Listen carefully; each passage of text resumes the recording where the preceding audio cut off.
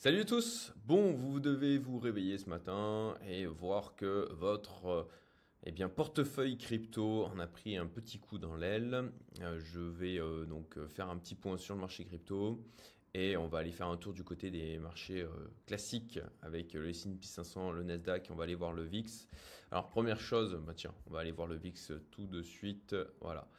Le VIX, ben, comme vous le voyez, il a fait une hausse qui est de voilà, du plus bas 90%. Donc ça, il y a eu de la volatilité sur le marché, ça se voit. La dernière fois qu'on avait eu quelque chose d'aussi violent, c'était pour le carry trade japonais en août. Donc voilà, on a une surréaction du marché là clairement. Vous le voyez d'ailleurs au niveau du RSI du côté du graphique du VIX qui est au-dessus des 80. Donc voilà, il est d'un seul coup passé d'un niveau de à peu près 42 à 80. Voilà, réaction forte des marchés. Alors pour quelle raison? A priori, ce qui a catalysé cette peur, cette baisse sur les marchés, c'est le fait que hier il y avait les FOMC meeting et donc notre cher Jérôme Powell a dit qu'ils allaient être moins rapides sur les baisses de taux en 2025. Donc là, il y a Morgan Stanley qui attend plutôt 2 baisses de taux en 2025 au lieu de 3. Donc voilà, il a suffi de ça. Bon, pour moi, c'est de la surréaction complète.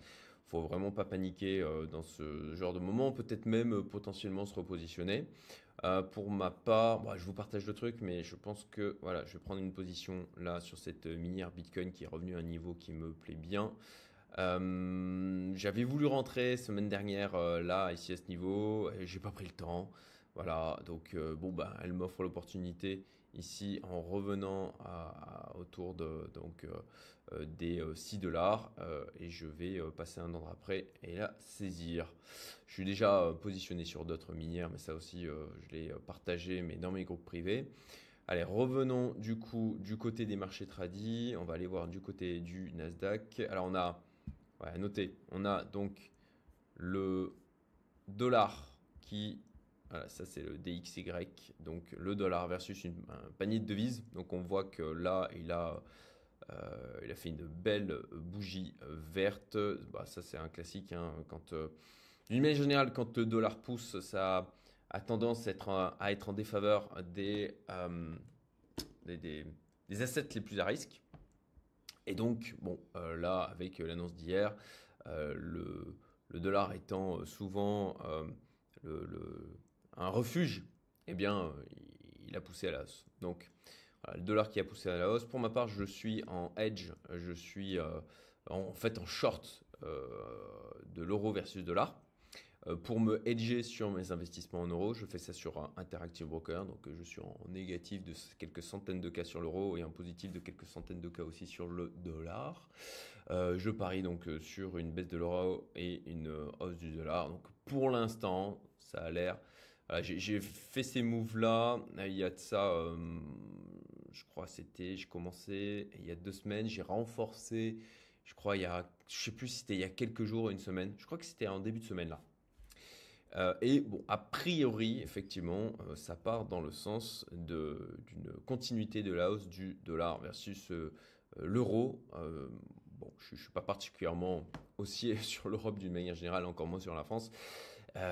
D'où, comme j'ai pas mal d'investissements qui sont libellés en euros, bon ben voilà, je me suis hedgé de la baisse de la valeur de l'euro que je possède versus du coup le dollar, sachant que pour ma part, je fais le l'estimation de mon patrimoine en dollars, c'est ma devise de référence. D'autres personnes le font donc en euros forcément, ou d'autres en or ou en bitcoin.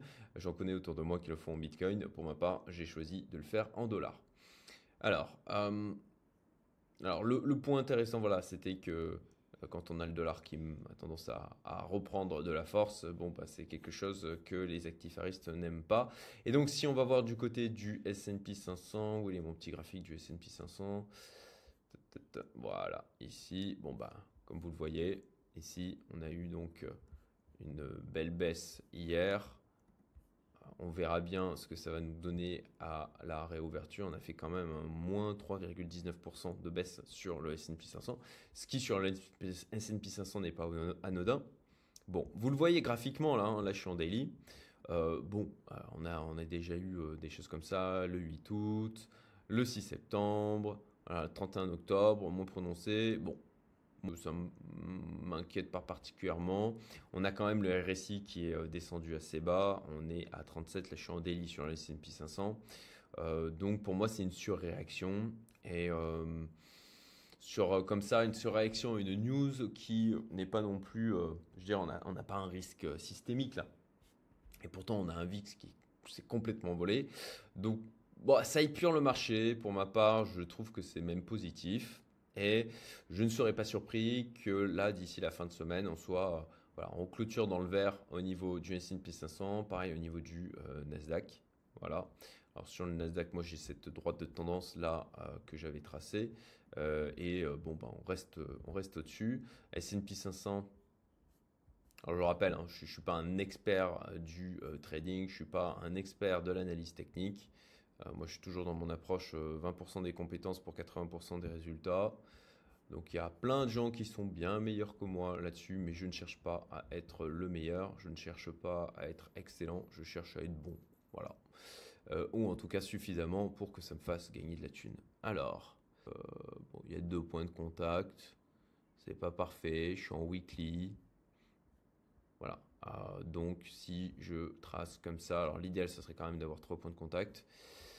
Si à la rigueur, comme je dis, hein, c'est du live improvisé. Enfin c'est du live, non c'est pas du live, mais c'est totalement improvisé. Ouais, ça pourrait peut-être pas mal comme ça. On a un point de contact ici, un point de contact là, point de contact ici. Bon, on voit qu'on a eu des incursions du coup en dessous de cette droite de tendance. On voit qu'on reste au-dessus là, hein. Donc voilà, sachant que je suis en weekly, je vais passer du coup en daily. Hop.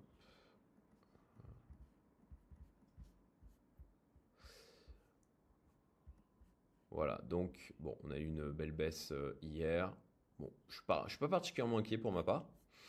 Allez, on va voir la partie qui vous intéresse le plus, la partie Bitcoin. Donc on l'a vu, moi quand je me suis réveillé ce matin, sachant que à l'île Maurice, j'ai 3 heures de plus que vous, eh bien on était à 98 000. Là, on est revenu au-dessus des 100 000. Bon, on peut très bien descendre plus bas, hein, peut-être autour des, par rapport aux droites de tendance que j'ai là, autour des 82 000, 84 000. Pour moi, on ne mettrait pas en danger la hausse sur laquelle on est actuellement. On reste aussi au niveau du Bitcoin.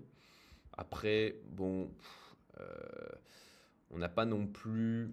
Alors, moi, je suis aussi, bien sûr, d'autres personnes qui sont plus techniques que moi. Et donc, ce qui ressortait des derniers jours, c'est que les fundings étaient restés faibles. Donc, on a peu de levier d'une manière générale là au niveau du marché. On a eu quand même pas mal de nettoyage. Notamment, on avait eu donc le 5 décembre, on a eu du nettoyage aussi le 9 décembre. Bon, que l'on ait une baisse, ça nous ferait une baisse là par rapport au plus haut. Voilà, une baisse, on va dire de.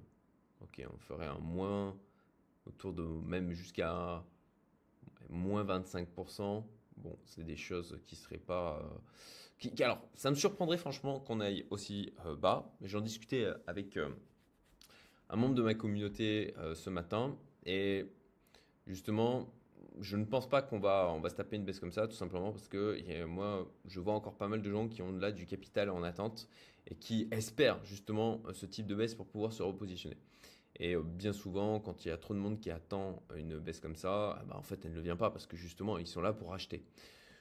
Bon, donc pour ma part, voilà, pas d'inquiétude particulière, pas grand-chose à faire. Du côté de la dominance du Bitcoin, donc moi j'avais tracé cette droite de tendance. Ça aussi j'avais communiqué. Alors je sais plus si je l'avais fait sur YouTube, dans mon canal Telegram, dans mes groupes privés, mais en tout cas j'avais communiqué sur le fait que moi j'avais réaugmenté mon exposition sur les alts. C'était par ici. Parce qu'on avait, ouais, c'était par là. On avait cassé la droite de tendance, donc voilà, c'était mon plan. On cassait la droite de tendance. J'ai augmenté mon exposition sur les alts. pour l'instant, on n'est pas repassé au-dessus, donc on est bien reparti à la hausse. Pour moi, je le vois plus comme un rebond. On avait quand même au niveau du RSI et de la dominance du Bitcoin, on était descendu à 21, donc c'était pour moi une zone de survente. Là, on a un rebond. Comme on le voit ici, on a quand même une mèche haute qui s'est formée. Donc, qu'on vienne retaper, pour moi, retester cette droite de tendance avant de repartir, ça me paraîtrait pas anormal. Néanmoins, je surveille l'évolution de la dominance du Bitcoin.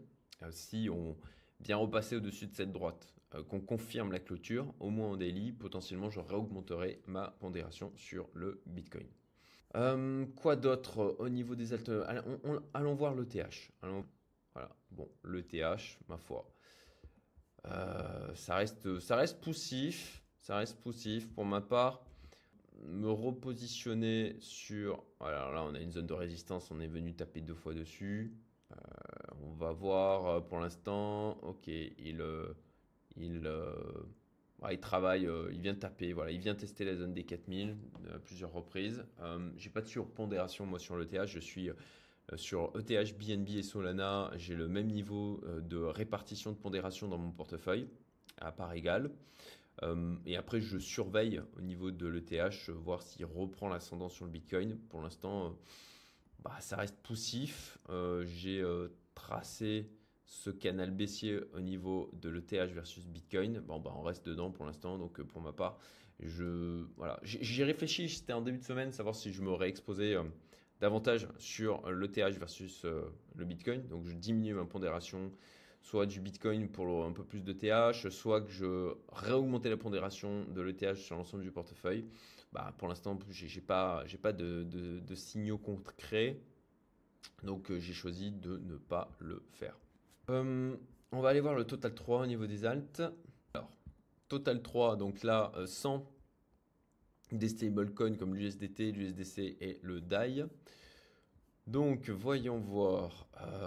Ok, donc